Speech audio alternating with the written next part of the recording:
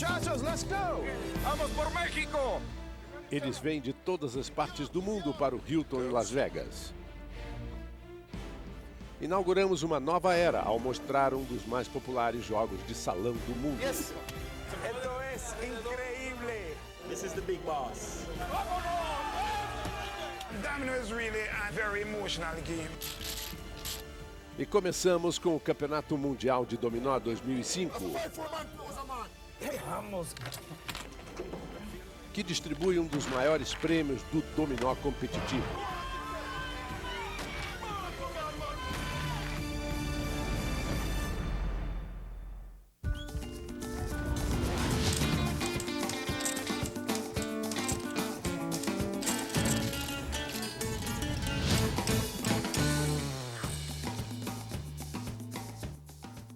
Alô, amigos da ESPN, estamos levando a vocês a cobertura do Campeonato Mundial de Dominó 2005. Álvaro Martins e Casper Martins. Eu sou Marco Antônio Rodrigues, vou estar ao lado do Astolfo Corrêa Filho para esta transmissão e vamos fazer agora uma retrospectiva das 4 quartas de final. Aliás, na realidade, as 3 primeiras quartas de final, James e Henry contra Gallier e Daly. Essa partida, esse resumo que nós vamos mostrar agora, mostra exatamente o que aconteceu anteriormente e quais são as equipes que já estão classificadas. O James e o Henry faturou e houve até um erro de contagem. A vitória foi desses jamaicanos. Depois, na segunda quarta de final, Bailey e o McIntosh enfrentavam o Martin e o Lindell. Vitória para o Bailey e McIntosh, mostrando, é claro, a superioridade desta dupla também jamaicana. O Martin e o Lindell chegaram até trocar de cadeira, mas nada deu certo.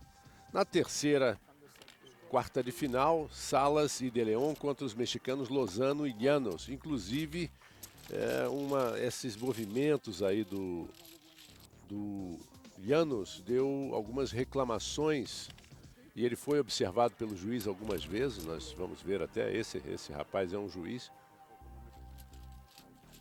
E também ele colocando as fichas na mesa de forma estranha. Isso deu complicação, mas não tirou a vitória dos mexicanos. Agora teremos a última quarta de final, que vocês acompanharão agora, com o Arnett Ramsey, que é conhecido como Wonder Boy, e Charlie Smiley, que é o Casey. O Leroy Brown Barry é o Baby Leroy e o Moses Wright é o Blacka. E agora ela vai nos apresentar essas duas equipes. Vamos ver.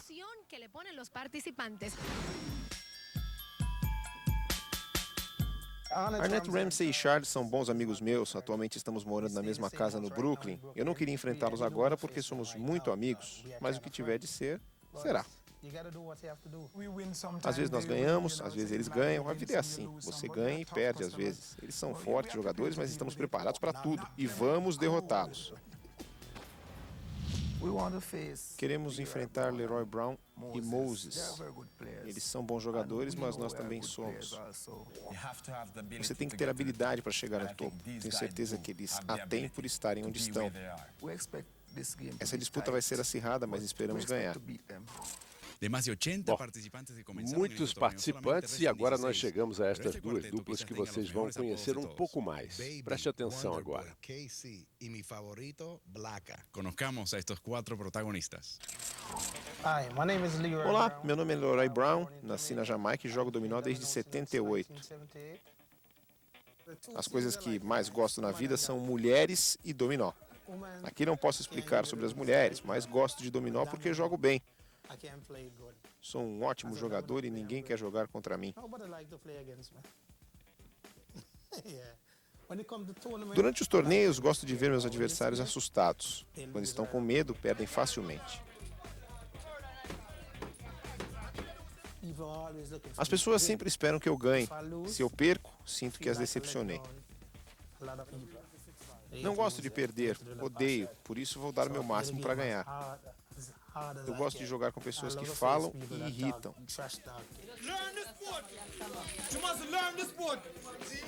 Gosto de fazer com que eles fiquem quietos.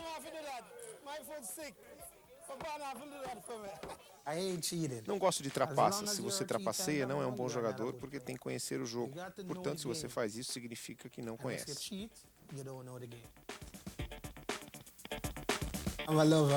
Sou tranquilo, não gosto de brigar. É assim que eu entro nas partidas. Las Vegas, New York, Florida. That's how we do it anyway. Jamaica, anywhere. That's how we all do it. Sou calmo, tranquilo e não perco a compostura. Sou fácil de levar. Hi, my name is Moses Wright. I'm from Meu Kingston. nome é Moses Wright, sou da Jamaica, mas moro em Fort Lauderdale, na Flórida. O dominó é um jogo emotivo. Ele tira todas as suas emoções de dentro. Faz parte de mim e é algo que amo. Prefiro competir, mas isso não significa que não goste de jogar com meus filhos e vizinhos. Mas gosto mais de competir.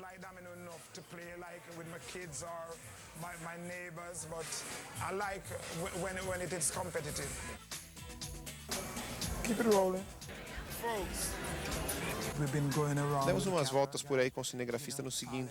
Foi esquisito no começo, mas depois nos acostumamos. É divertido. Fomos no cassino e jogamos um pouco. Quero encontrar minha mesa de sorte. Sou um principiante. Bebemos um pouco. Me diverti muito. Foi maravilhoso. This is yours, so you go over there and have your picture taken as a pair. Leroy e eu fomos amigos por muitos anos, quase 20. Na Jamaica éramos companheiros de equipe.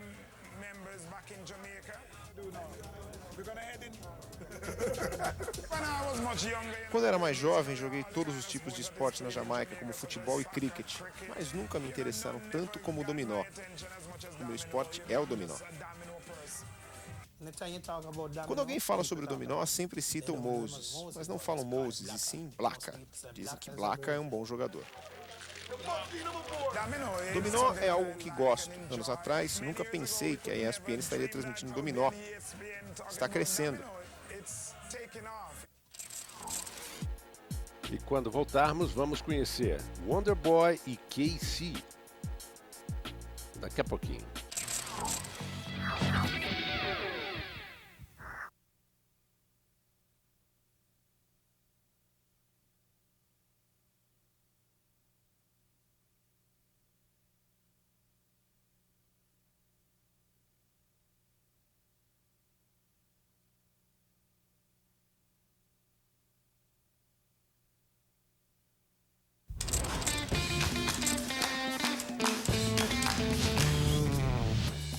Este evento é um oferecimento do Hilton Las Vegas.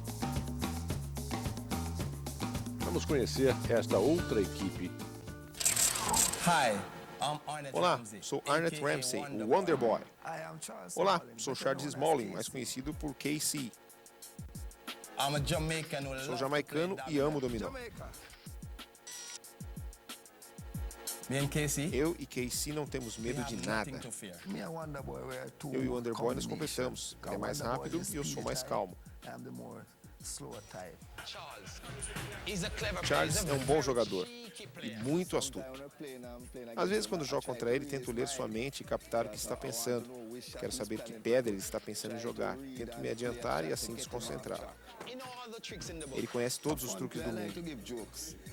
Gosto de fazer piadas. Algumas pessoas não gostam, mas gosto de brincar e colocar apelido nas pessoas. Sou o Wonderboy. Me deram esse apelido quando eu tinha 17 anos. O capitão da minha equipe me chamou assim devido ao talento natural que ele via em mim. KC é um apelido que tenho há um tempão. Um dia, quando derrotava um grande jogador, escutei as pessoas dizendo: esse cara, o KC, está acabando com ele. E daí veio o meu apelido.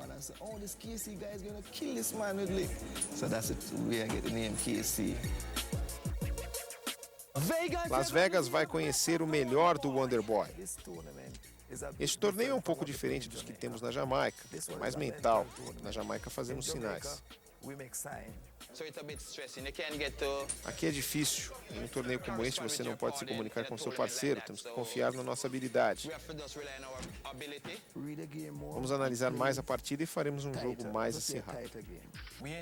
Não temos superstições. Não temos medo de ninguém. Confiamos na nossa habilidade para vencer. Bem, amigos, eu sou Marco Antônio Rodrigues, estou ao lado do Astolfo Correia Filho. Essas foram as partidas pelas quartas de final. Nós vimos agora as duas duplas que vão participar da última quarta de final. E olha, Astolfo, o que nós vimos ali na apresentação das duas equipes é que todos estão muito confiantes. Todos acham que jogam melhor, que são imbatíveis. Tem até um pouco de arrogância, que eu acho até que faz parte, né, do lado psicológico de tentar pressionar um pouquinho o adversário. Então nós teremos aí o Arnett Ramsey, que é o Wonder Boy, o Charles Marley, KC contra o Leroy Brown, Baby Leroy, e o Moses Wright, que é conhecido como Blacka. Alô, Marco Antônio, amigos SPN, aqueles que já são parceiros da competição e já devem estar fazendo aquela expectativa e fazendo a escolha de sua dupla preferida, se não tecnicamente, por comportamentos ou por alguma afinidade. O torneio é muito forte e todos que estão classificados talvez tivessem aquela expectativa. Será que se fosse por pontos corridos, se todos jogassem contra todos? Porque é muito nivelado o jogo deles. Agora, o detalhe é que vai decidir a partida ou as partidas, e às vezes até um detalhe extra-campo ou extra-mesa pode definir, como um receio de cena ou de estar numa competição dessa, a tensão ou a emoção. Muitos jogadores só por esse momento já seriam derrotados. É verdade. Inclusive, o Charles Smalling, que é o KC, disse que ele adora quando ele sente que as pessoas estão com medo dele. Por quê? Porque ele impressiona. Então um jogador às vezes menos experiente vai enfrentar um outro jogador do nível do KC, a reação é você ficar intimidado. Não é verdade? Você tem que ter confiança e tem que ter aquele nível, né? Aquele timer. Você não pode estar confiante demais e também não pode entrar derrotado. Tem que estar atento, não entrar derrotado. E estar sempre sabendo em que momento que você vai executar o seu plano, qual é o momento certo de você puxar o seu jogo, de levar para o seu parceiro. A parte técnica, diríamos assim que as partidas ganhas você tem obrigação de ganhar. A decisão está em você conseguir reverter uma partida perdida e não perder uma partida ganha, né? Uma partida muito vantajosa. Nós vimos na terceira quarta de final, eu acho que até falei semifinal, mas na verdade o que nós mostramos até agora foram quartas de final. O Salas e o De Leon da República Dominicana lideraram contra os mexicanos Lozano e Llanos e acabaram sendo derrotados com uma atuação brilhante do Lozano e do Llanos, apesar de algumas acusações ali de que eles estavam trocando sinais. Engraçado, o Astolfo, que na Jamaica existe esse hábito, os jogadores trocam sinais, aqui não pode. Então nós temos os juízes, principalmente quando tem jamaicano na mesa, muito ligados, muito atentos para evitar essa prática. Pode observar que tem dois árbitros, tem câmeras por todos os lados e muitas partidas são decididas por um movimento que às vezes a gente não percebe. O jogador tocou numa pedra, ele é obrigado a jogar aquela, não pode ir, voltar, trocar. A ordem das pedras é conforme ele pegou inicialmente. Exatamente. Bem, amigos da ESPN, nós estaremos indo agora a um pequeno intervalo. A dupla Ramsey-Smalling está liderando por 2-1 no primeiro set. E já voltamos com mais Dominó aqui na ESPN. Fique ligado.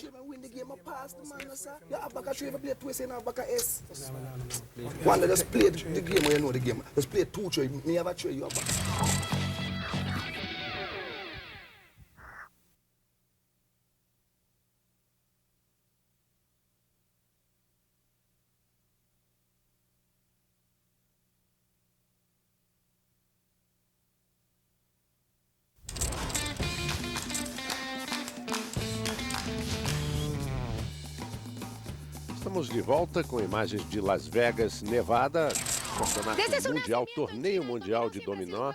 Esta é Celine Storibio que participa da transmissão através da ESPN. Eu sou Marco Antônio Rodrigues, ao lado do Astolfo Corrêa Filho. Quero lembrar que existe um canal de comunicação do telespectador para a nossa transmissão, que é o e-mail do Astolfo, Astolfo39, tô certo? Isso. Astolfo39 @hotmail.com. Nós já estamos com uma vitória bem avançada, um placar bem avançado neste primeiro set, 5-2 para a dupla KC Wonderboy. Se for observar entre essas duplas, vão perceber que determinadas jogadas não parecem ter um sentido tão completo, ou parece que não existe muito sentido. Eles são muito estrategistas. Estrategista seria assim, nos jogos de mentais, xadrez, damas, seriam aquele plano que você formula quando você não tem um conhecimento total científico da mesa, que seria a tática. Tática seria o que fazer com o que tenho que fazer, né? A informação que eu tenho no conteúdo geral, eu faço cálculos. Quando eu não possuo essas informações, eu uso a estratégia. E eles são muito estrategistas, então é muito difícil de descobrir qual é o plano que ele está formulando naquele momento. Então, vamos definir então, para o telespectador ficar bem claro. Tática é o plano de jogo que você tem antes, independente do que o adversário vai fazer. E estratégia é você trabalhar junto com o jogo do adversário também. Seria assim, a estratégia o que fazer e tática como fazer. Perfeito.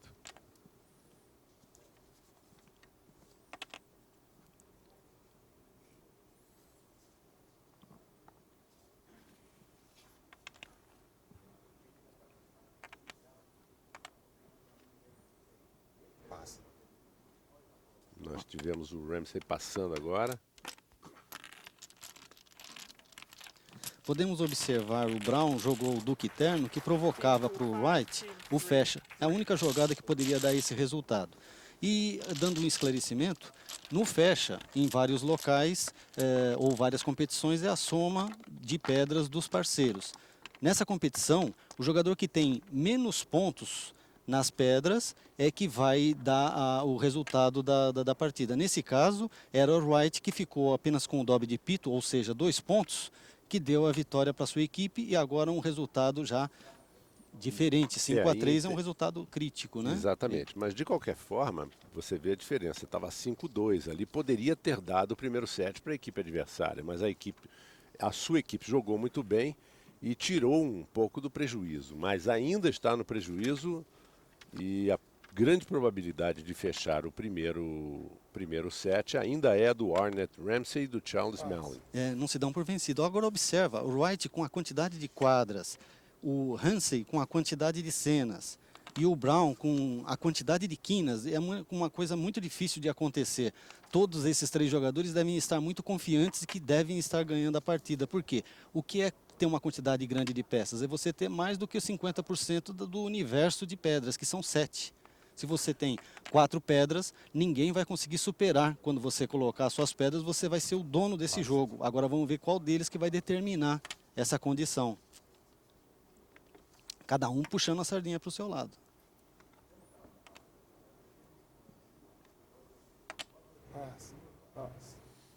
Os 2 jogadores passando rapidamente. Ponta firme de quina do Brown define. Aí, 5-4. É uma boa reação da dupla Wright e Brown, no momento certo.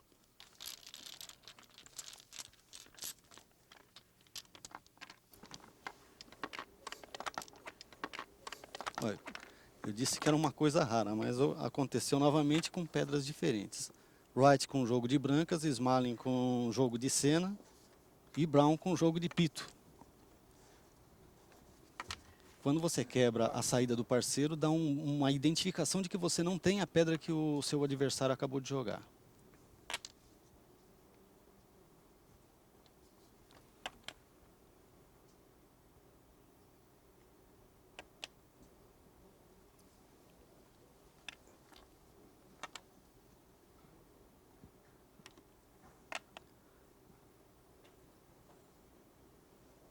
Existe na tradição do dominó uma caça aos dobres maiores. Então, aquela pedra que você pega, cena, ou dobre de quina, ou dobre de quadra, você sabe que vai ser perseguido. O que não acontece tanto com o terno, com o duque, com o pito, embora tecnicamente seria a mesma dificuldade. A mesma coisa.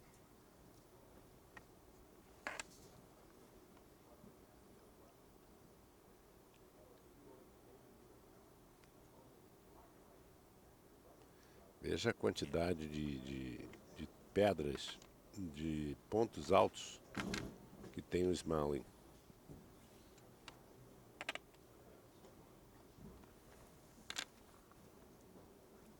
Não, Smalling virou as 4 pedras, que as 4 pedras se originam com ponta.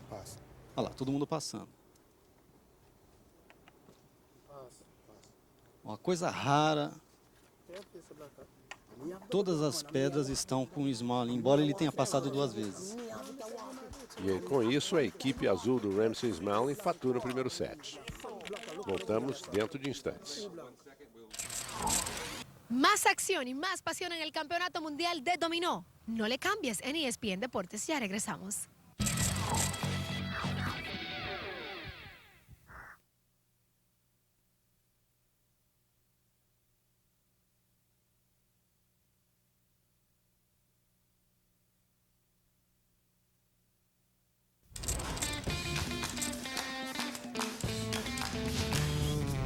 Bienvenidos una vez más a este primer Estamos de volta com a cobertura do Campeonato Mundial de Dominó aqui na ESPN. E aí vemos o Álvaro Martins, o Casper Martinez, o nosso comentarista, o Astor Corrêa, tem um e-mail à sua disposição, um endereço de e-mail à sua disposição.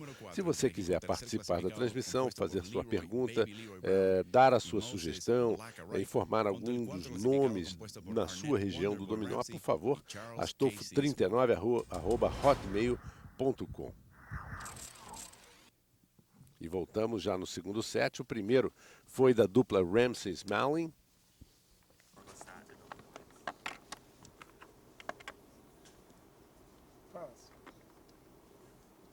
Percebe um panorama do jogo da equipe azul com um jogo bom, com apenas um dobre de quadra para Ramsey e um dobre de quina para Smalling. E a dupla vermelha com um jogo desfavorável, com o restante dos dobres, né?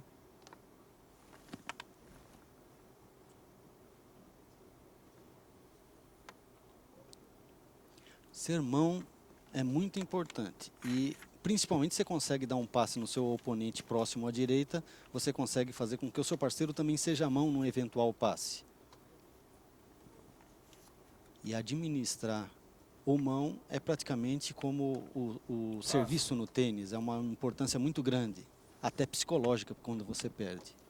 Exato, é como se você tivesse o seu saque quebrado. É isso. Ou sua mão quebrada. Exatamente. Você vê a administração, Smalling procurando aplicar as pedras que vão servir para Ramsey, ou as pedras que vão entrar em função dela.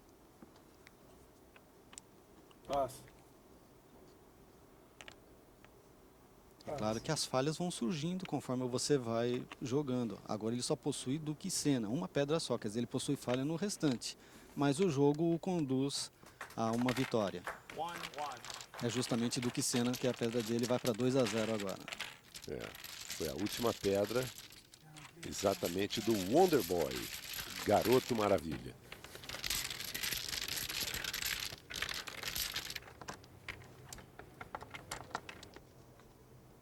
De uma certa forma é surpreendente, porque essa dupla, Leroy Brown, que é o Baby Leroy, e o Moses Wright, que é conhecido como Blaca, essa dupla, a princípio, era a favorita. Aí tem um contraste que pode ver nas duplas, que existe um confronto entre a juventude e a experiência, né? Alguns deles vão ter essa energia toda para colocar, enquanto o Wright e Brown vão ter a experiência de muitos anos de parceria e de dominó para poder demonstrar. O bom seria que você tivesse uma mistura, né, um conjunto dessas duas condições, mas cada etapa da vida nos transfere a outros desafios, né? É óbvio.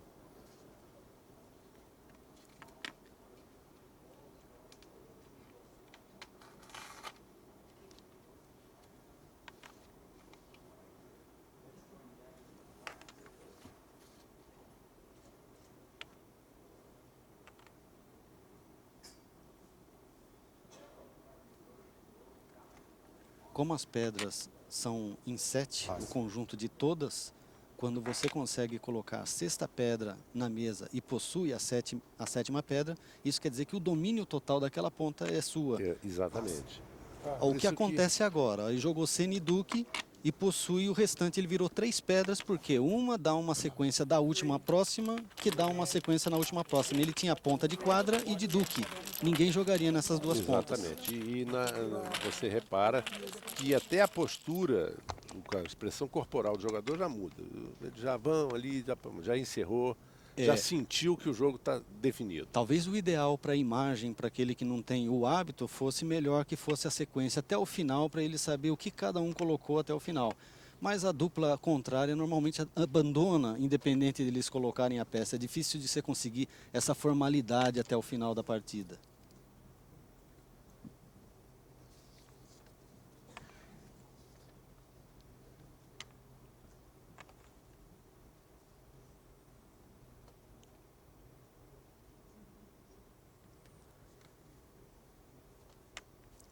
E o dobre, por ser uma pedra que você tem 50% de condições de colocá-la no jogo, ela é um estorvo, é uma perturbação durante todo o ponto da partida. Isso incomoda o jogador, seja ele qual for o dobre. E quando joga, não altera rumo da partida, porque você coloca um dobre de uma determinada grandeza e a partida prossegue sem ter nenhuma mudança. O jogador mão, que é Smalling, tem o dobre de terno ainda como preocupação.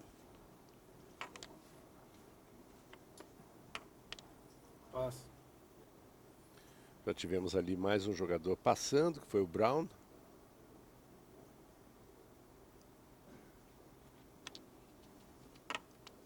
É hora de pensar, Ramsey.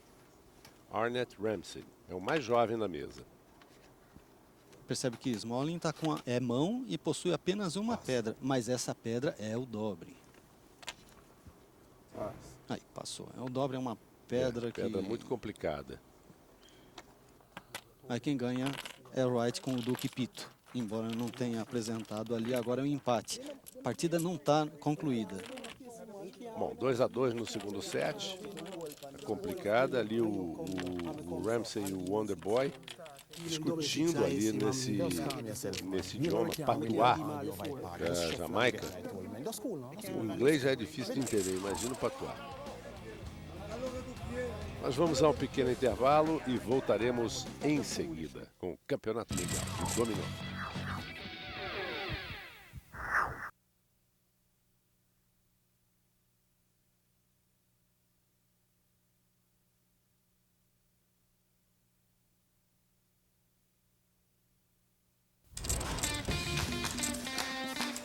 Nós estamos de volta com o Campeonato Mundial de Dominó e vamos saber um pouco sobre a importância e o que representa a linguagem agressiva nesse jogo.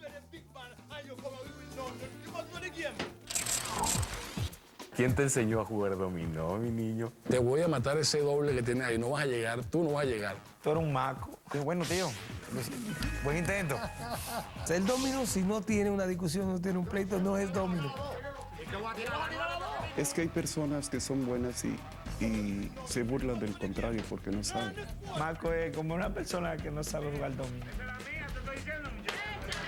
Se habla mucho, se pega mucho, se trata de hablar para distraer al que tienes al lado, para que pierda la concentración. Haz lo que tú quieras. Para tú poderle ganar. Cada ratito. Y el que pierde, quiero que sepa, se levanta enchiladito, enojadito. Personas que les gusta mucho golpear la ficha cuando lo dominan a uno, esa es una burla. Nosotros no hablamos mucho basura, como se le dice, porque más lo hacemos tirando las fichas. Cuando más duro tiramos las fichas, pues ya él se siente más intimidado. Gozamos muchísimo cuando le ganamos a los más jóvenes, sobre todo, porque hacemos una señal como de que respete la jerarquía, ¿no? Aquí están los galones del general o del coronel, y, ¿sabes? Entre nosotros siempre nos echamos broma los que estamos jugando y muy pocos los de afuera siempre dicen, hubieras jugado aquella, hubieras puesto la otra. Mira un sapo, mira un sapo. Mira un sapo. Pero que desde afuera es muy fácil decirlo. Es parte del deporte, es trash talk. É muito interessante realmente como que essas diversas culturas, principalmente na região do Caribe. Você viu ali alguns mexicanos e principalmente porto-riquenhos, dominicanos, cubanos, venezuelanos, que é na América do Sul, mas muito com uma cultura caribenha muito grande, e além disso, não de língua espanhola, mas os jamaicanos, na Jamaica, também ali no Caribe.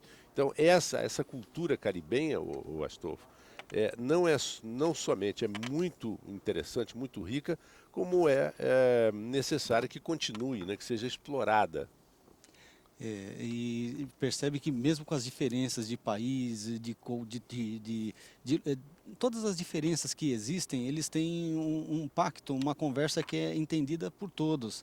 E até termos engraçados, quando fala, ó, isso aqui é sapo, o sapo é aquele que está assistindo a partida. Aí começa a ter aquela nomenclatura e aquela brincadeira, como em muitos locais no interior, aqui em São Paulo existe, que é uma brincadeira, vale a galinhada, aquele que ganha tem aquele prazer de fazer o outro pagar a partida, ou seja, dá aquele valor lúdico e importante que tem num jogo tão técnico. E o mais gostoso e o mais bacana de você ver é que não é só o dominó, não. No interior do Brasil, inclusive, tem o truco, tem tantas outras modalidades de jogos de salão que têm suas características, né, e são muito difíceis de serem jogados, bem jogados. E são típicas, quem sabe com isso os jogos regionais, jogos abertos do interior também consiga colocar essas modalidades que são próprias do nosso povo, né? É lógico.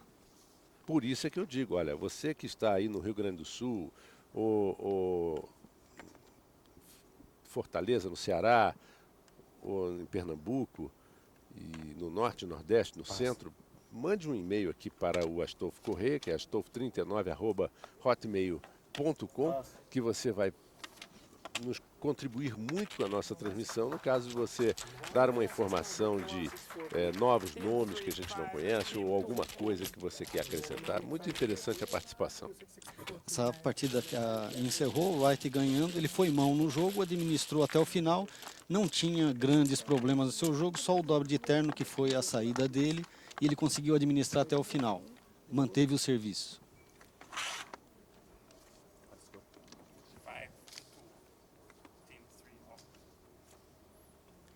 Quando se fala uma avaliação de jogo equilibrado, jogo superior, jogo inferior, é colocado assim mais uma condição matemática. Já que temos 7 dobres no jogo e temos 4 competidores, você não vai conseguir fazer uma divisão exata onde o jogo fique equilibrado.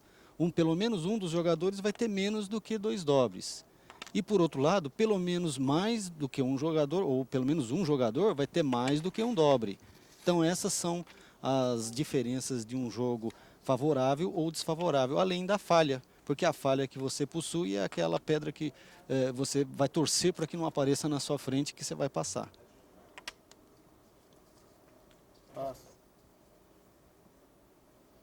A pedra, relembrando, né, a pedra que está do lado direito do visor são as opções que o jogador possui. E o lado grifado é justamente o jogador que detém a mão naquele momento.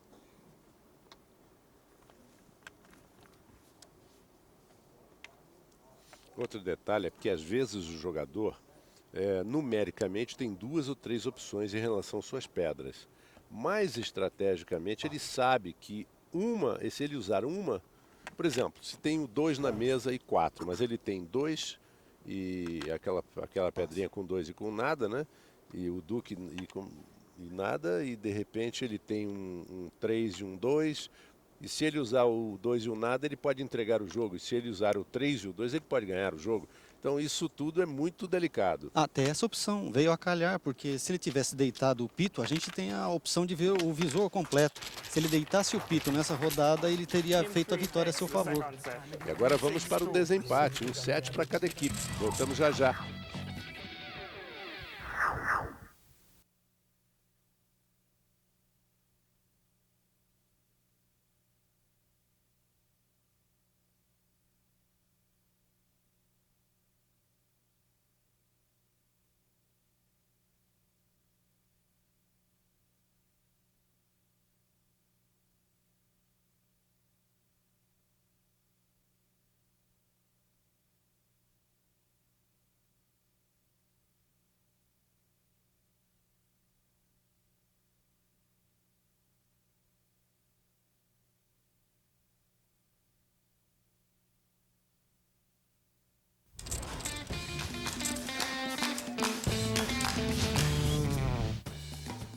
Nós estamos de volta a Las Vegas, Nevada, no Hotel Hilton, para a cobertura das quartas de final do Campeonato Mundial de Dominó. Esta é a última partida. Nós já temos 3 equipes classificadas: James e Henry, Bailey, McIntosh e Lozano e Lanos. Estamos aguardando exatamente agora a decisão neste terceiro set, para ver quem vai adiante.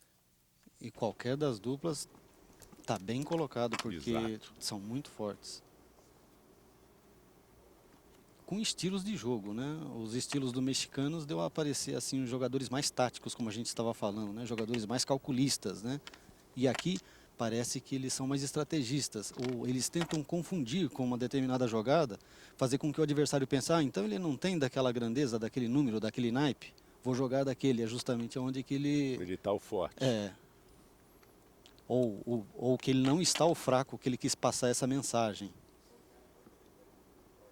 Tinha uma teoria que se usava no tênis, né? No tênis você usa, você explora o lado forte para aproveitar em cima do lado fraco. Interessante isso. Tem jogadores de xadrez que examinavam o adversário e não o que iam jogar, mas o adversário que eles iam enfrentar. Claro, mas é óbvio. Xadrez, então, é uma guerra. Literalmente é uma guerra.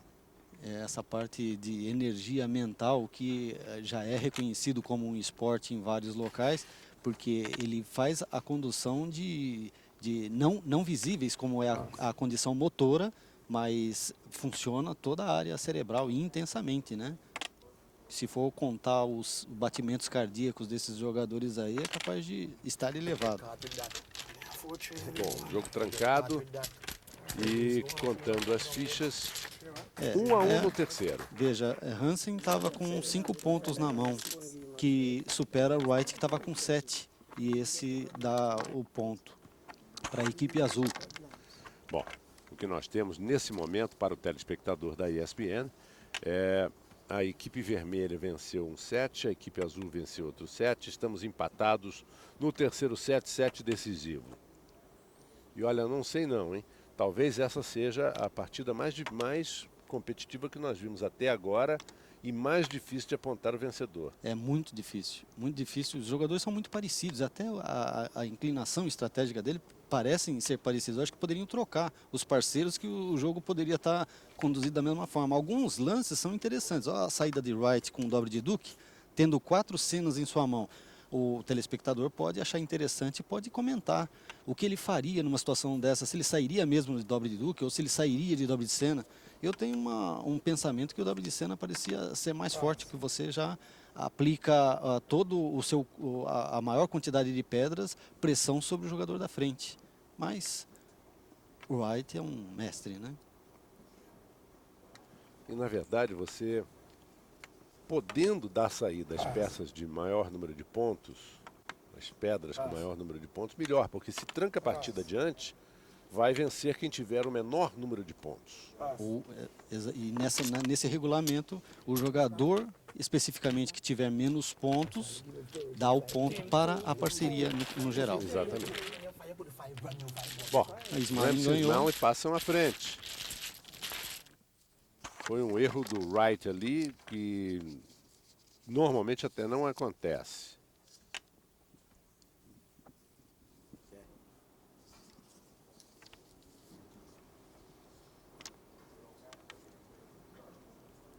Smalling é mão e ele possui falhas no pito e no duque. Fora isso, ele só tinha o dobre de terno como deficiência, mas já descarrega na saída.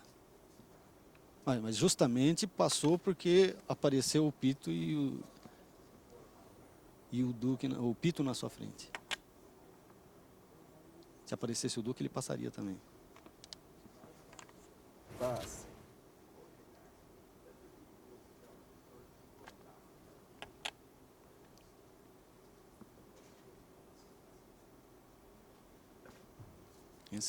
Tem algumas partidas que é bom tentar fazer a anotação e reconstituir e ver com calma. Embora eles estejam jogando rapidamente, talvez a gente com algumas análises e pense sobre a jogada para chegar à conclusão do que eles já chegaram com essa rapidez. Eles não têm um relógio propriamente para marcar o tempo da jogada, Mas já é um hábito jogar rapidamente. Talvez no futuro tenha um relógio que marque esse ritmo. Por falar em relógio, Astolfo, é bom o telespectador saber que o início do jogo é extremamente controlado. Se a dupla chegar 1 segundo atrasado, você é penalizado, né? Exatamente, tem essa contagem de penalização e aquele atraso comum que o brasileiro está até habituado a fazer, não poderia ter nesse torneio, porque 1 segundo dá 1 jogo de penalidade.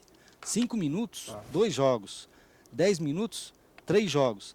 Mais de 15 minutos é o chamado triunfo fácil no nosso meio conhecido como WO. Pois é, para você ver a importância da pontualidade.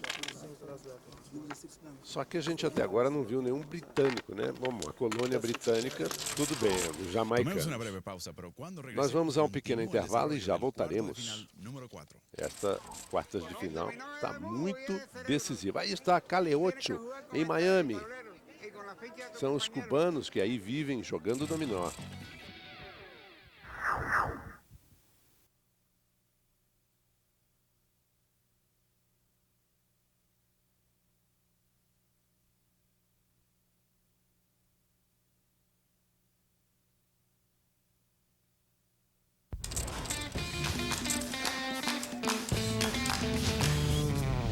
Você está acompanhando o Campeonato Mundial de Dominó, oferecimento de Hilton Las Vegas, que é palco deste evento.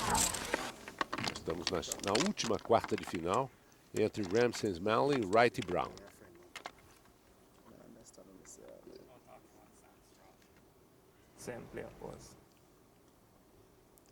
Vai perceber e achar estranho o Smalley saindo novamente, mas entre as partidas selecionadas já houve 3 ciclos onde o conduziu nesse placar a saída dele novamente. E o interessante é que os Smalley e o Ramsey vão liderando o terceiro set por 4-3. Até agora, absolutamente não está definido. E é o set de desempate. Não pode ter o empate, não pode classificar 2. Essa é a questão. É uma espécie de disputa, vai para os pênaltis.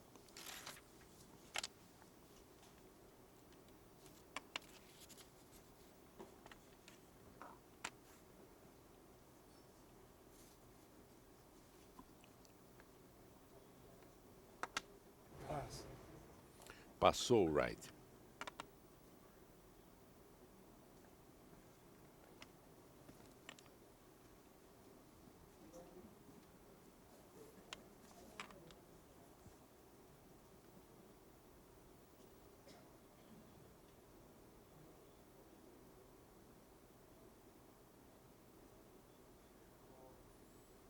A situação ali está difícil, não tem mais pitos, né?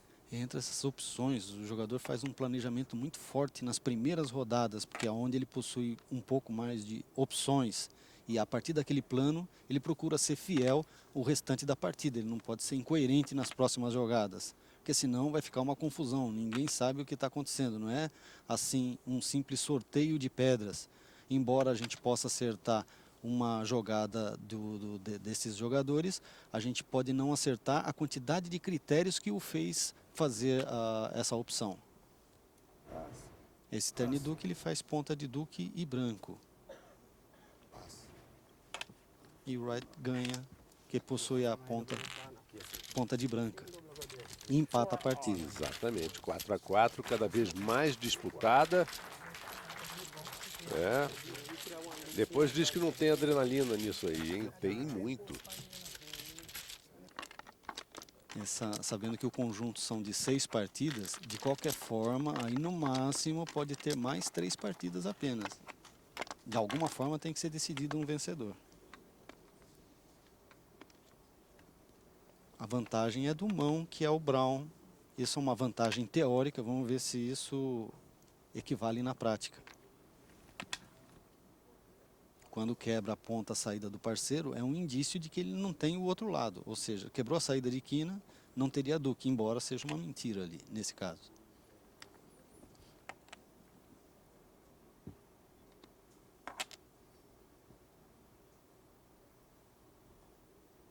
Um jogo altamente positivo de Wright. Tem uma quantidade de pitos muito grande e não tem deficiência no jogo, não tem dobre, não tem falhas. E o Mão, que teria a grande vantagem, está com um jogo desfalcado.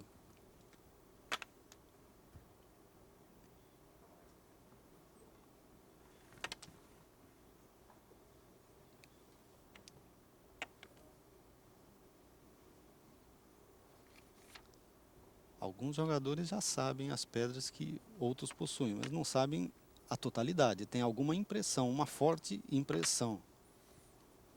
Da mesma forma que alguns jogadores de pôquer e de...